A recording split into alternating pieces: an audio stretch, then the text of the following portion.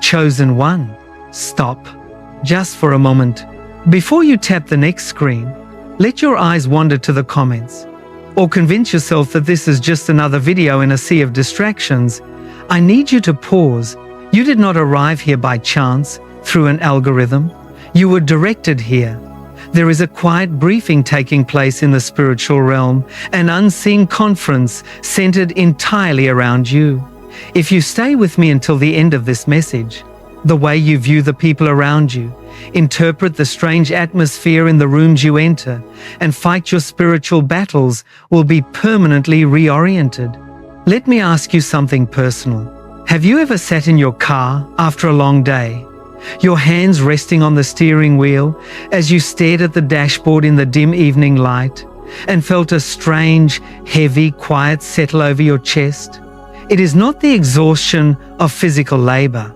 It is not the ordinary fatigue of a busy schedule. It is a quiet, wordless tension, as if the air around your life has suddenly grown thick and you are walking through an invisible current that is pushing back against you.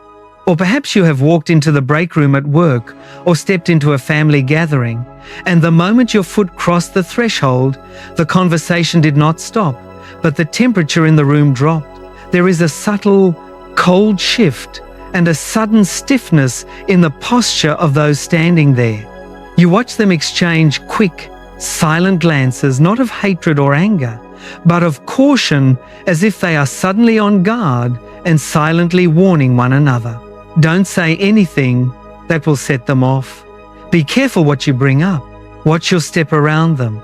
You stand there, holding your coffee cup or looking at your phone, and you feel the distance widening. You go home. You sit on the edge of your bed at 3 a.m, looking at old text messages on your screen, trying to pinpoint the exact date when the warmth faded, analyzing their words, dissecting their short replies, and searching for the mistake you must have made. You tell yourself, maybe I am too sensitive. Maybe I said something wrong. Maybe there is a flaw in my character that makes me impossible to love. But you are looking in the wrong direction. You are analyzing the flesh when the friction is entirely in the spirit. Jesus understood this tension. In the Gospel of Matthew, chapter 10, verse 16, he spoke these warning words to his disciples. Behold, I send you out as sheep in the midst of wolves. So be shrewd as serpents and innocent as doves. Notice the environment he describes. He does not say, you are walking into a peaceful meadow. He says, you are sent into the midst of wolves. And the wolves do not run at you with open jaws immediately. They watch you. They observe the mark you carry. They gather in tight circles. And they brief one another on how to handle you. C.S. Lewis, in his brilliant work, The Screwtape Letters, exposed this quiet demonic strategy with chilling clarity. He wrote in the voice of a senior tempter, "It is funny how mortals always picture us as putting things into their minds. In reality, our best work is done by keeping things out." Let that sink in. Keeping things out. The enemy's primary strategy is not to inject evil thoughts into the minds of the people around you. It is to keep things out, to keep out the light, to keep out the truth, to keep out the natural flow of love and connection. They brief each other to keep their distance. They instruct their agents to withhold encouragement. They whisper to one another. Keep them isolated. Do not let them know how much they are needed. Keep the door closed. They are briefing one another because they are terrified of what will happen if you realize who you are. They look at you, and they do not see a fragile civilian struggling to survive. They see a threat. They see the heavy seal of God's hand on your life. They see the spiritual authority you carry, and they are running damage control. The awkward silence in the room, the sudden coldness from people who used to be close, and the whispering behind your back are not signs of your rejection. It is spiritual recognition of your authority. They are briefing one another to prevent you from releasing the power that is inside you. If you can feel this truth landing in your spirit right now, and you are ready to stop apologizing for the space you occupy and start walking in the authority you have been given, go to the comments right now and write these words. I walk in divine authority. Write it. Let it be your declaration in the spiritual realm. Let the whispering circles hear it. I walk in divine authority. Because in the next part, we are going to look at the shift in the atmosphere that occurs when you walk into a room and why the enemy is absolutely terrified of your presence. Stay with me. The briefing is about to be exposed. There is something that happens the moment you cross a threshold. Not every threshold, not every room, but certain rooms. Rooms where darkness has made itself comfortable. Rooms where gossip has been circulating for weeks. Rooms where anxiety has become the ambient temperature. When you are marked one, a sealed one who carries the fire walk through the door, something shifts. You can feel it before your mind has registered it. There is a certain hyper-awareness in the air, a sudden collective stillness, as if something invisible has inhaled sharply. You know this feeling. You've walked into rooms and felt as though you had arrived somewhere unexpected, as though the room did not expect you to still be standing, and as though your very presence had disrupted a plan. And here is what the enemy does not want you to understand. That disruption is not an accident, and that shift in the air is not social awkwardness. It is spiritual recognition. Darkness recognizes authority it cannot override.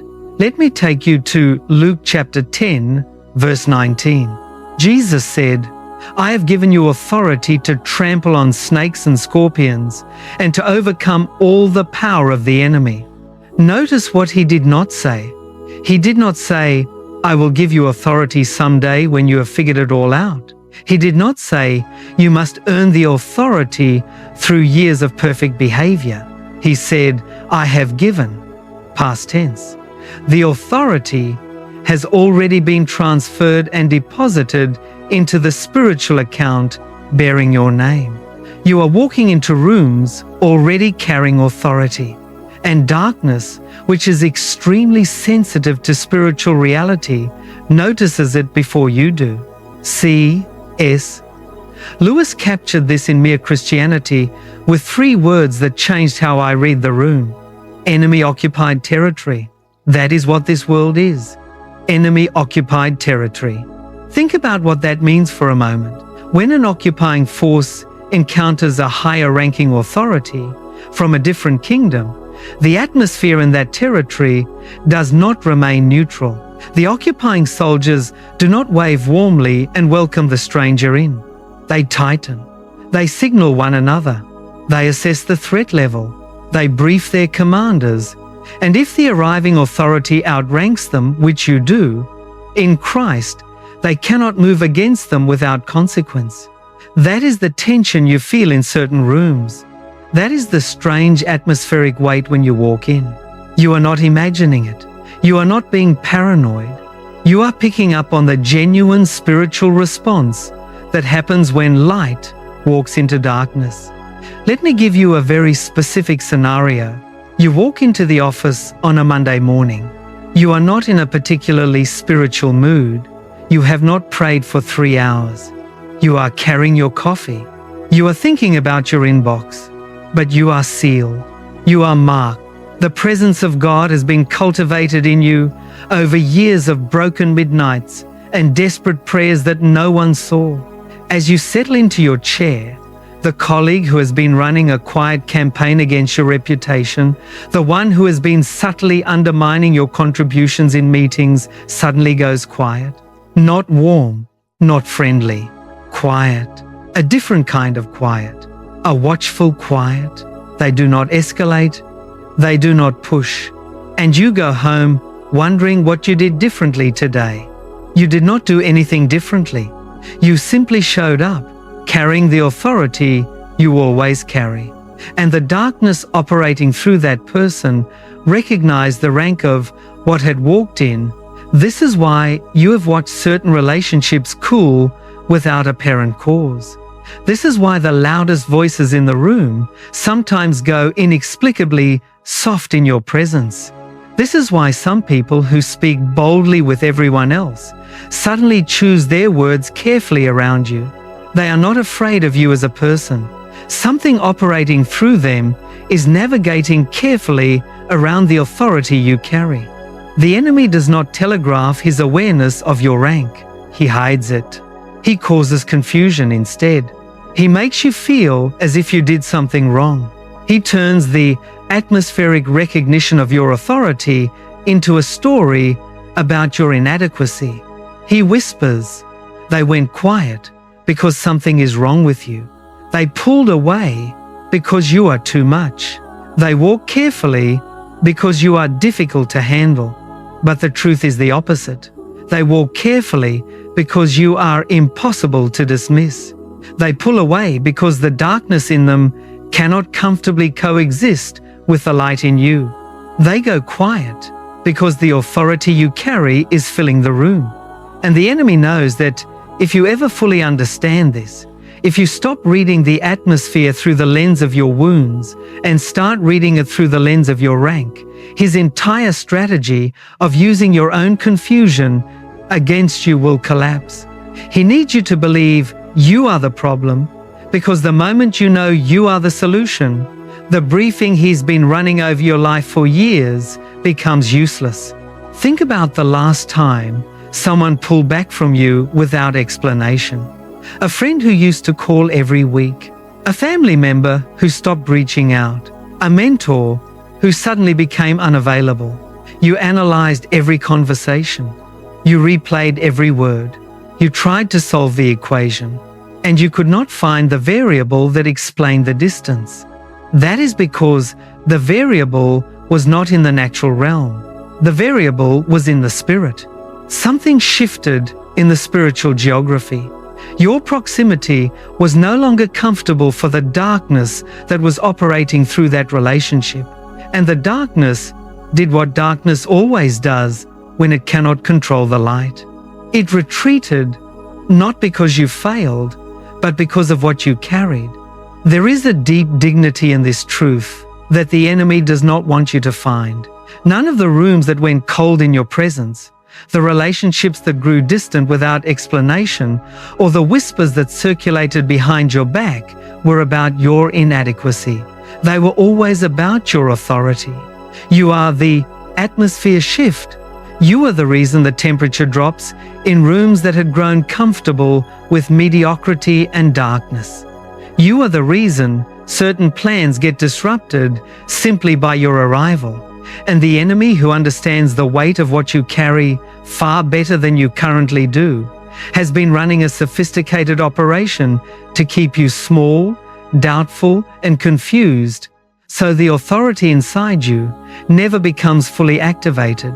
And the shift you could create in every workplace, family gathering, hospital room, and conversation remains locked inside you, unused and suppressed by the voice that keeps saying, "You are the problem." Today, I need you to hear something else. You are not the problem. You are the disruption. The holy, heaven-backed, divinely sealed disruption. And the enemy is terrified that you are starting to understand that. Go to the comments right now and write this out. The enemy has no claim over me. Write it. Not for the algorithm, not for the likes, for the heavenly record. The enemy has no claim over me. Because in the next part, we're about to unlock something even deeper. The forbidden subject. The truth the enemy absolutely cannot afford for you to discover. Stay. We are not finished. There is a subject that the enemy's been working overtime to keep you from. Not a subject in a book, not a theological doctrine hidden in some ancient text. A subject about you, specifically about you. And the reason he has worked so hard to keep it locked away is that the moment you fully grasp it, his entire strategy against your life must be completely redesigned. He cannot run the same plays against someone who knows what they carry. So here is the forbidden subject, the thing he cannot afford for you to discover. You have never been a side character, not in anyone's story, not in the grand narrative of what God is doing in this generation, not in the spiritual geography of the rooms you walk through. You have always been a primary target, and primary targets are never ignored. They are studied, they are strategized against. They become the subject of briefings. C.S. Lewis, in his extraordinary essay, The Weight of Glory, wrote something so staggering that I want you to sit with it before I continue. There are no ordinary people. You have never talked to a mere mortal. No ordinary people, not a single one. And if there are no ordinary people, then there is no ordinary you. The version of yourself you apologize for in quiet moments, the one who scrolls through other people's victories with a hollow ache in your chest and wonders why everyone else seems to have discovered their place while you are still circling the perimeter of your calling, is not the accurate version. That is the enemy's narrated version, the version he has been whispering into your inner voice for years. Because if you ever saw yourself the way heaven sees you, you would never again question why the room shifted when you walked in. You would understand immediately. Let me tell you what the enemy cannot afford for you to know. Isaiah 54:17 declares, "No weapon formed against you shall prosper." The word formed matters. It means deliberately crafted, specifically engineered. A weapon was built specifically for you. A strategy was constructed around your particular calling. A briefing was held. A detailed intelligence file was compiled. The confusion that has been following your life, the patterns of relational breakdown that seem to repeat in different phases and different seasons, the strange way opportunities seem to arrive and then dissolve. These are not coincidences. These are not character flaws. These are the fingerprints of a coordinated assignment, which means, and stay with me here, you are important enough for a coordinated assignment to be directed against you. Ordinary people do not have coordinated assignments directed against them. People who do not pose a genuine threat to the kingdom of darkness do not get organized opposition. You are not being persecuted because you are weak. You are being opposed because you are dangerous. The weapon was formed, which means someone took the time to shape it. And the God of the universe looked at that weapon and said, "It will not prosper." Not because you are perfect, not because you have never made a mistake, but because the authority He placed on your life exceeds the power of any weapon that can be formed against it. Here is what the enemy has been keeping out. He's been keeping out your sense of worth. He has been carefully filtering the voices that would speak purpose into you. He has been engineering a fog of self-doubt so dense that even on your best days, even when you are walking boldly and moving forward, a quiet voice underneath asks, "But are you sure? Are you really supposed to be here? Are you truly qualified for what you feel called to?" That questioning voice is not wisdom. That questioning voice is the enemy's primary weapon, and it is specifically designed for someone of your rank. Ordinary people are not attacked by weapons designed for generals. The intensity of the opposition you have carried, the relentlessness of the self-doubt, and the way certain areas of your life seem to require 10 times more effort than they do for other people, are all information about your assignment, not evidence of your failure. They reveal how dangerous you are to a kingdom that is running out of time. Think about what your life has cost the enemy. Every time you chose to stay when you should have collapsed. Every time you got up in the morning when the weight of everything told you to stay down. Every quiet prayer you prayed that nobody recorded. Every act of obedience that nobody applauded. And every moment of faithfulness in the invisible places. You were accumulating spiritual capital. You were building the weight of a calling. You were becoming increasingly dangerous to a plan that was not designed to withstand what you carry. And the enemy knows the tally. He knows what you have survived. He has watched it. And he is far more intimidated by your history than you are, because he sees what surviving each battle added to your authority. He sees the compounding. He sees the weight of what you have become, and he cannot afford for you to see it too. So here is the reason the rooms go quiet. Here is the reason the atmosphere shifts.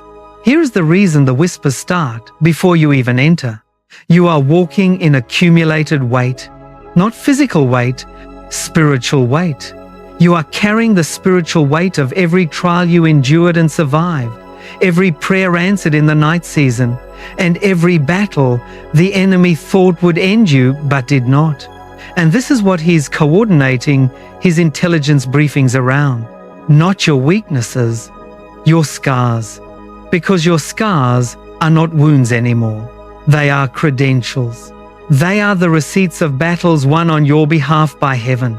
They are the evidence that when the enemy said, "This one will break," God said, "Watch, you survived. You are still here. You are watching this video. You are still in the fight.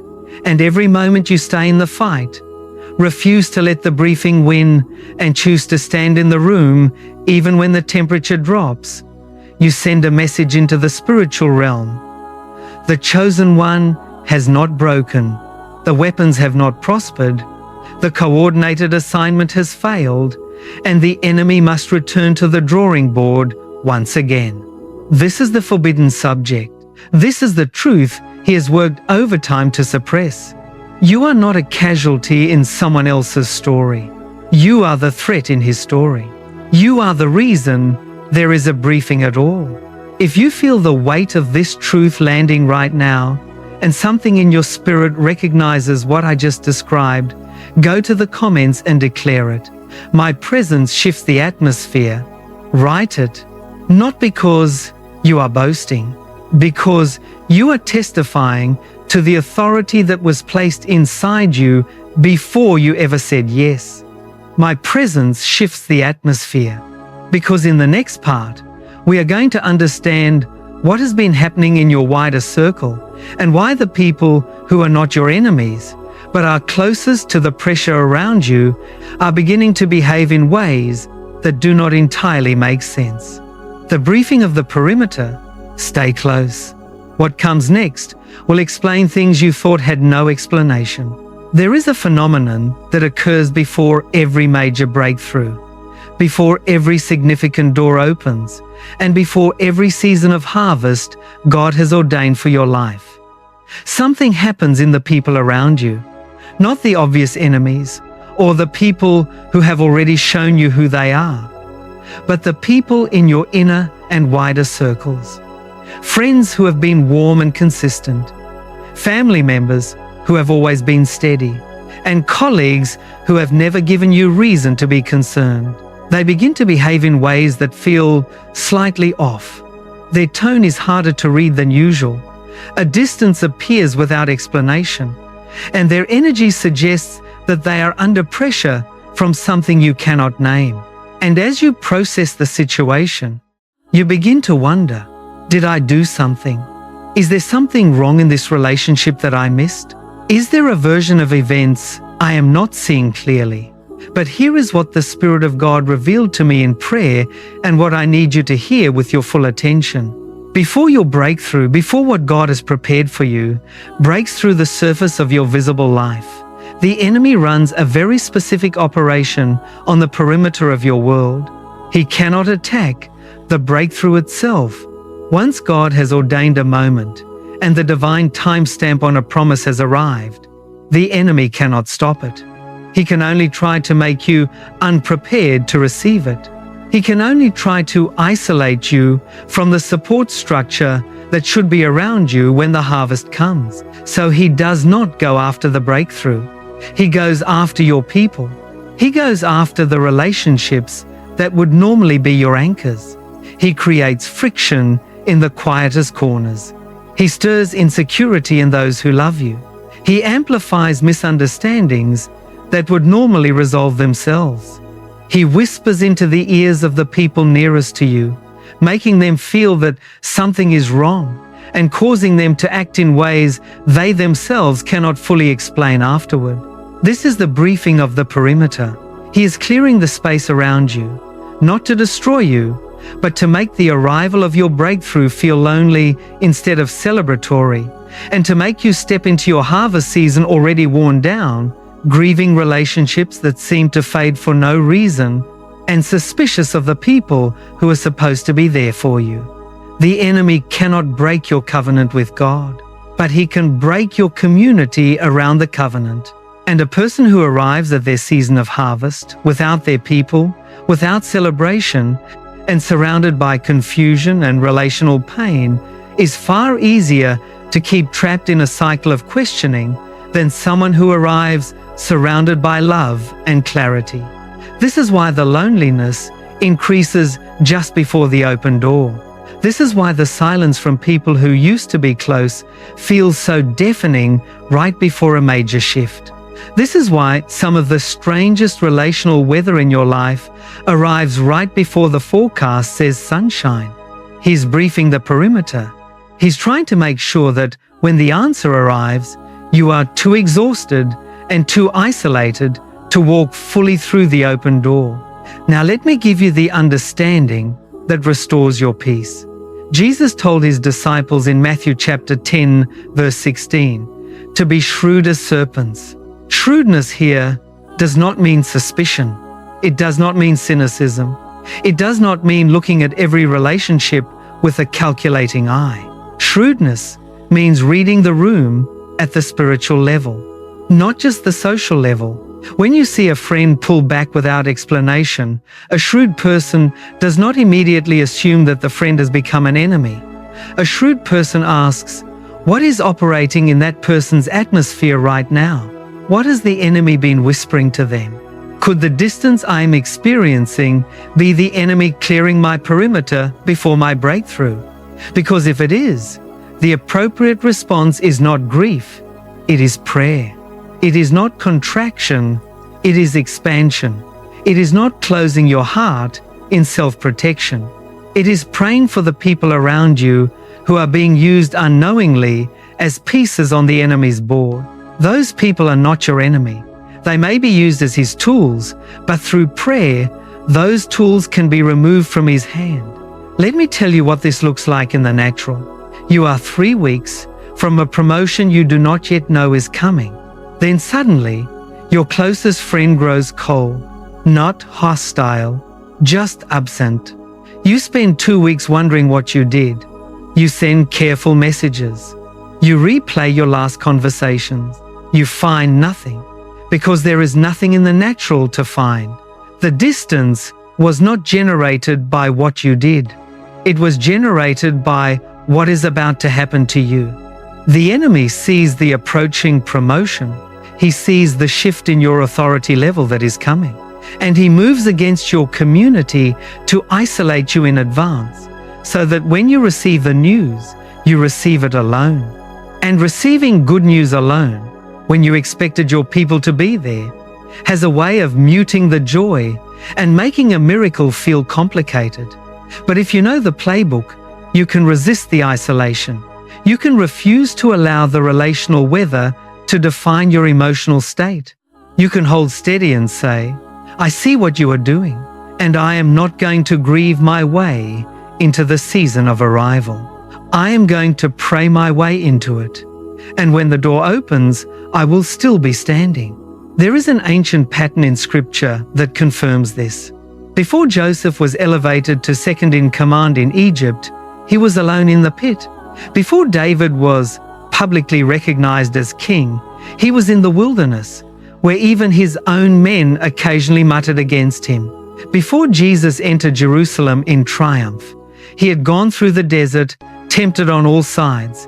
The wilderness of isolation before the entrance is not a sign that God has abandoned the plan. It is a sign that the plan is still ahead of you, and the enemy knows the timing better than you do. That is why the pressure on your perimeter increases the closer you get. So today, before you grieve one more relationship that cooled without explanation, or internalize one more silence as rejection, hear the Spirit say, The briefing of your perimeter is evidence that something worth protecting is close. The operation the enemy is running around your edges is his version of a panic response. He would not be briefing your perimeter if there was nothing approaching. He is not doing this because you are failing. He is doing this because you are about to arrive. Declare it now. Go to the comments. Every assignment of the enemy is cancelled. Write it. Every plan he formed against your relationships, every operation he ran on your perimeter, and every briefing he held to keep you isolated before your breakthrough is cancelled. Every assignment of the enemy is cancelled. Because in the next part, we are going to walk into the room with something the enemy cannot brief against. The quiet confidence of a marked general. Stay. The next part is going to change how you walk into every room for the rest of your life. There is a difference between knowing you are marked and walking as though you are marked. Most chosen ones know. At some level, they know. They have felt the divine fingerprint on their life. They have survived things that should not have been survivable. They have had moments in prayer where heaven felt extraordinarily close. Moments when a word came through, a scripture, a sermon, or a sentence from a stranger and struck them with the precision of something personally designed. They know they are marked, but they do not yet walk like it. They walk apologetically. They walk as if they are always one mistake away from losing the seal. They walk with a quiet, invisible flinch, perpetually bracing for the room to turn against them, hedging and scanning for evidence that they were wrong about their calling.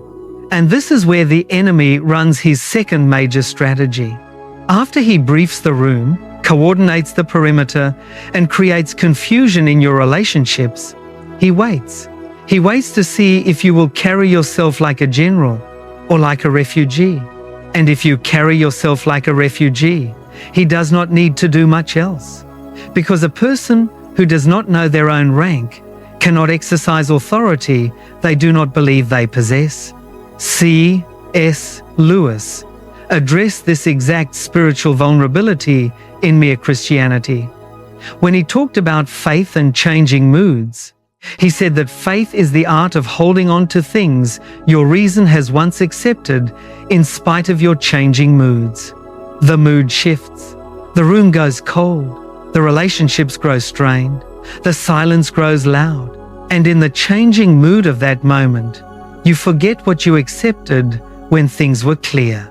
You forget that you are sealed. You forget that you carry authority. You forget that the atmosphere shifts because of what you carry. And you start walking like someone who needs permission. Permission to take up space. Permission to be heard. Permission to trust what God said about you before the room started acting strange. Here is the posture I want to describe for you. Not arrogance, not bravado, not the kind of overconfidence that makes people uncomfortable. I am talking about something quieter than all of that.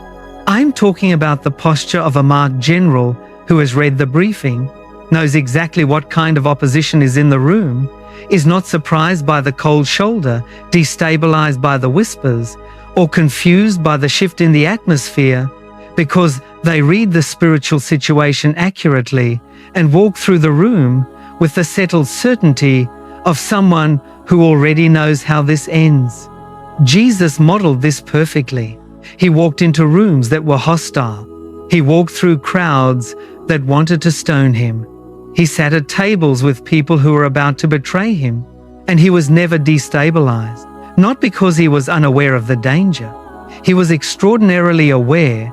He read every room with surgical precision, but he maintained awareness without anxiety. That is the posture. That is the walk. The enemy wants you constantly off balance. He wants the awareness of his operation to generate anxiety. He wants you to know that something is wrong in the room, but not know what it is, so that the awareness itself becomes the weapon. So you walk into the next room already tense, scanning the atmosphere and preparing for the worst. A general who walks in tense has already handed a significant psychological advantage to the opposition. But a general who walks in with composure, breathes normally, notices the whispers, the cold atmosphere, and the cautious glances, and does not flinch, sends an entirely different message into the spiritual atmosphere. It says, "I know what you are doing, and I am not moved. I know the briefing was held. I know the perimeter was coordinated. I know the weapons were formed, and I walked in here anyway. None of that changes my mandate, what I carry, or where I am going." This is Matthew chapter 10, verse 16, put into practice. Shrewd as serpents. The serpent knows. It reads the environment with sensitivity. It does not rush into danger blindly, but it also does not collapse into paralysis. It navigates with awareness and composure. That is the posture of the chosen one who has understood the briefing. Not blind, not brash, not broken. Alert, wise, settled. Now let me be specific about what this looks like practically. It looks like walking into a difficult meeting with a calm in your chest that the room cannot explain. Let me make it specific. You walk into the conference room. You already know they talked about you before you arrived. You saw the message sent 15 minutes before the meeting. You felt the energy shift the moment the door swung open. 3 people looked away from you at the same instant. One person suddenly found something urgent on their phone. And you know, the briefing happened, but your hands are steady. Your breathing is slow. You take your seat without rushing. You do not scan the room for the enemy's face. You do not study their expressions for evidence of betrayal. You unfold your notes. You look up calmly, and you let the presence of God living inside you do what it has always done. Fill the room. That is the walk. That is what it looks like when a general enters the room where the briefing took place. It looks like responding to the passive aggression of a colleague with the measured calm of someone who is not threatened. It looks like hearing the whispers behind your back and, instead of spiraling, spending 15 minutes in prayer and releasing the situation to the God who sees everything from above it all. It looks like returning to the scriptures spoken over your life in the midnight hours and choosing by an act of will to hold on to those anchors despite the changing mood of the current season. It looks like interpreting the silence around your perimeter not as rejection, but as confirmation. Something important is close.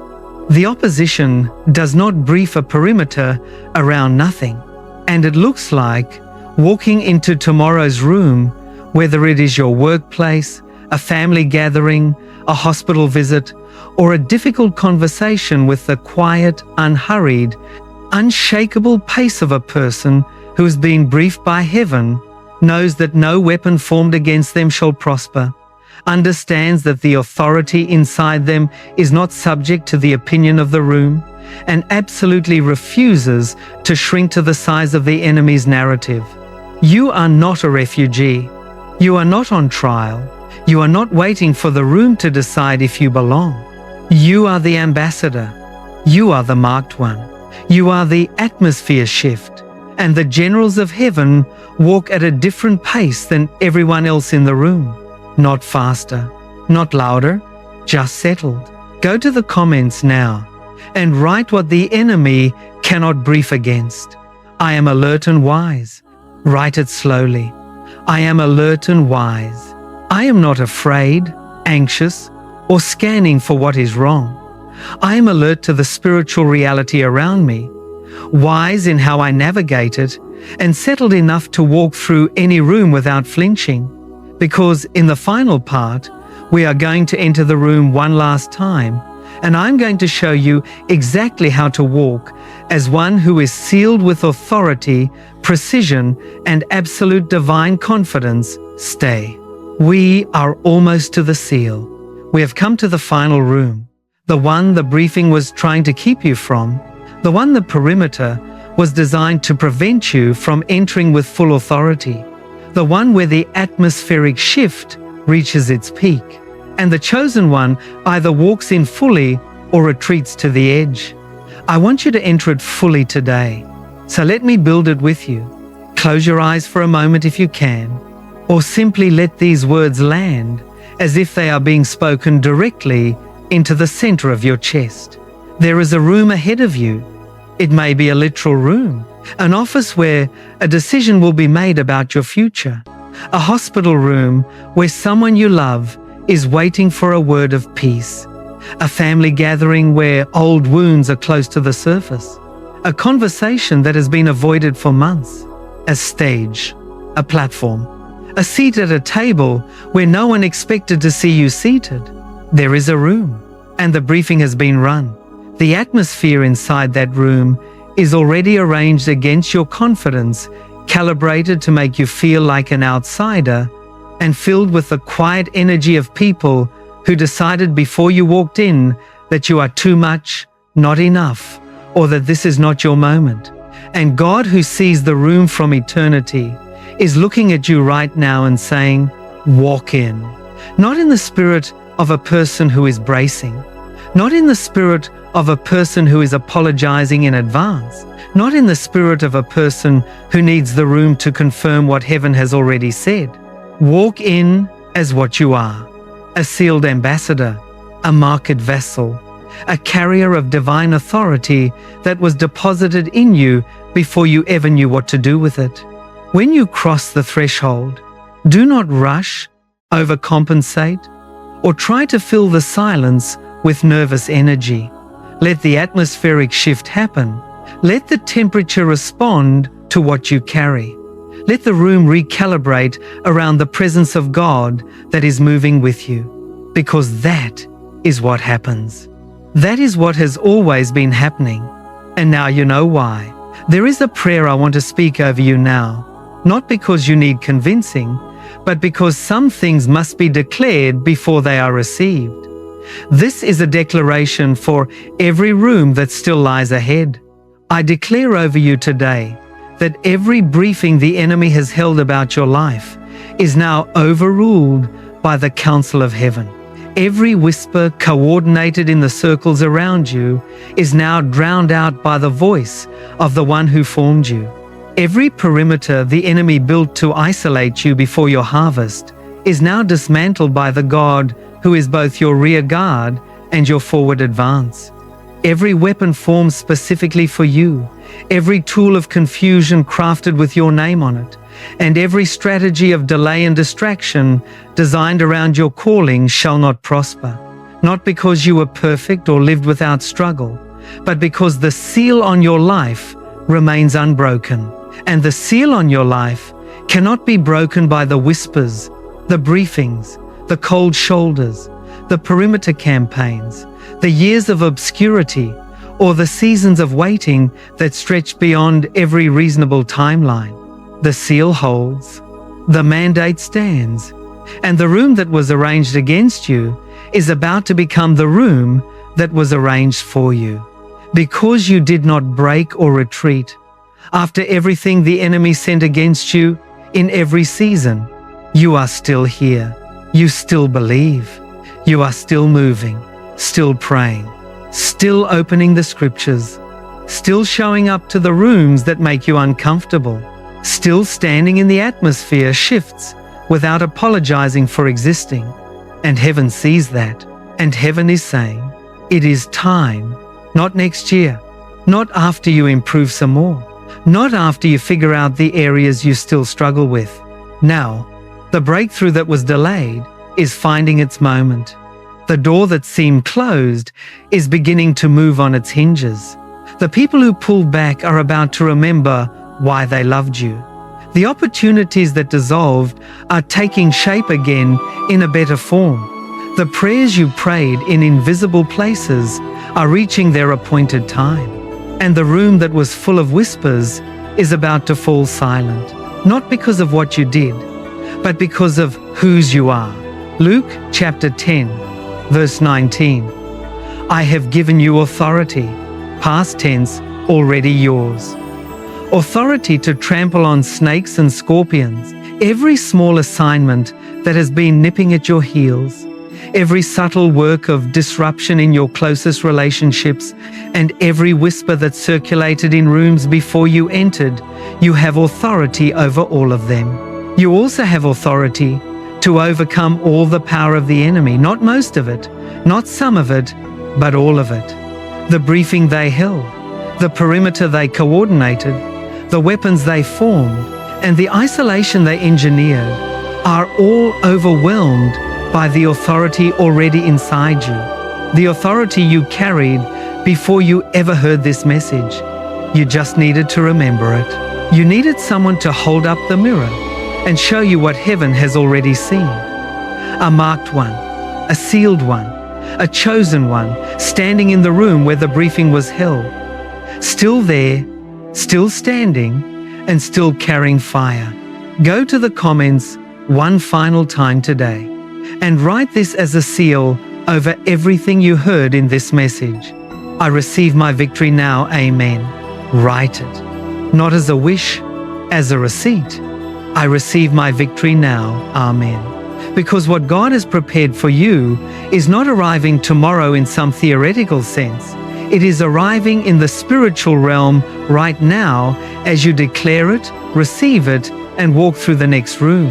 You are not bracing, apologizing, or scanning for evidence that you are too much or not enough.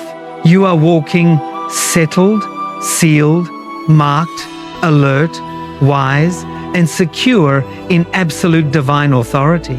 Chosen one. The briefing was about you. The perimeter was for you. The weapons were formed because of you, and not one of them shall prosper, because you are still standing. And heaven is not finished with you yet. Go. Walk into the room. The room is waiting for what you carry.